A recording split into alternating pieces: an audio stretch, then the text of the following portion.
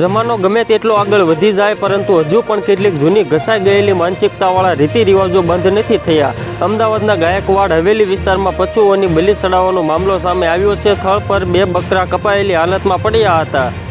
ઘટનાની વિગતે વાત કરીએ તો ફરિયાદી મહિલાની એવી જાણ થઈ હતી કે ગાયકવાડ હવેલી વિસ્તારમાં પશુઓની બલિ ચડાવવામાં આવી રહી છે।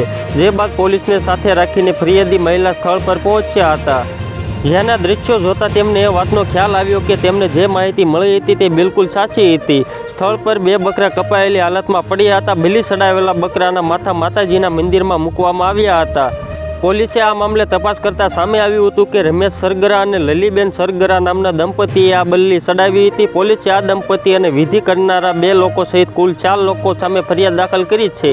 તો મિત્રો હાલ માટે એટલું જ। ફ્રી મળીએ નવી અપડેટ અને નવા સમાચાર સાથે। તે પહેલાં ખાસ કરીને વિડીયોને એક લાઈક અને RTV ગુજરાતી ન્યૂઝ યુટ્યુબ ચેનલને ખાસ કરીને સબસ્ક્રાઈબ કરવાનું ભૂલતા નહીં મિત્રો।